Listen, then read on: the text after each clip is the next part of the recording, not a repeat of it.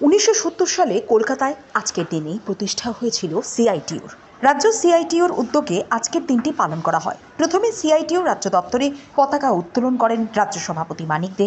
পরবর্তীতে বর্তমান পরিস্থিতি নিয়ে এক আলোচনা সভা অনুষ্ঠিত হয়। আলোচনা সভায় বক্তা হিসেবে উপস্থিত ছিলেন সিআইটিইউ রাজ্য সভাপতি মানিক দে, রাজ্য সম্পাদক শঙ্কর প্রসাদ দত্ত সহ অন্যান্যরা।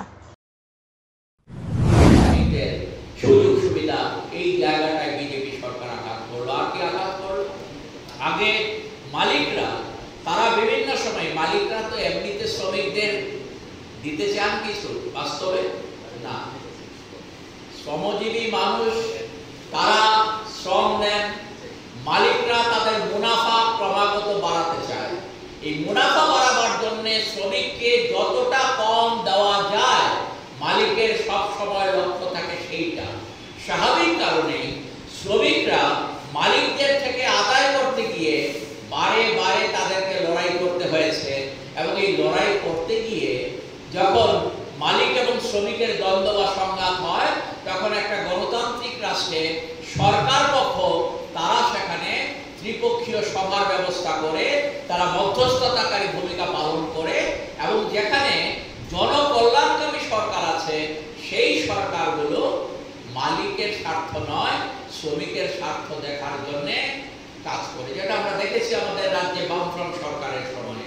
এখানে মালিকদের স্বার্থ রক্ষা করা নয়, মালিক এক পক্ষ থাকতো, ত্রিপক্ষীয় সভা যখন হতো, শ্রমিক এবং সরকার পক্ষ বামফ্রন্ট সরকারের সময় এক হয়ে তারা মালিকদের উপর চাপ সৃষ্টি করত, যাতে মালিকরা মজুরি দিতে বাধ্য হয়। এখন কি বিজেপি সরকার করলো যে না, মালিকদের এই যে চাপ তারা শ্রমিকদের উপর সৃষ্টি করতে না পারে, মজুরি দেওয়ার থেকে বঞ্চিত করতে না পারে, তাদের কাজের ঘন্টা বাড়াবার ক্ষেত্রে সমস্যা তৈরি করতে না পারে, ছুটি ছাটার ক্ষেত্রে, অন্যান্য অধিকার করার ক্ষেত্রে মালিকরা যেটা দিতে চায় না, সেই জায়গায় শ্রম আইনের মধ্য দিয়ে তাদের অধিকার রক্ষার যে বিষয়গুলো ছিল, এই জায়গায় বিজেপি সরকার আঘাত করে বলল, তারা মুখরোচক স্লোগান দিল, ইন্সপেক্টর রাজ বন্ধ করতে হবে।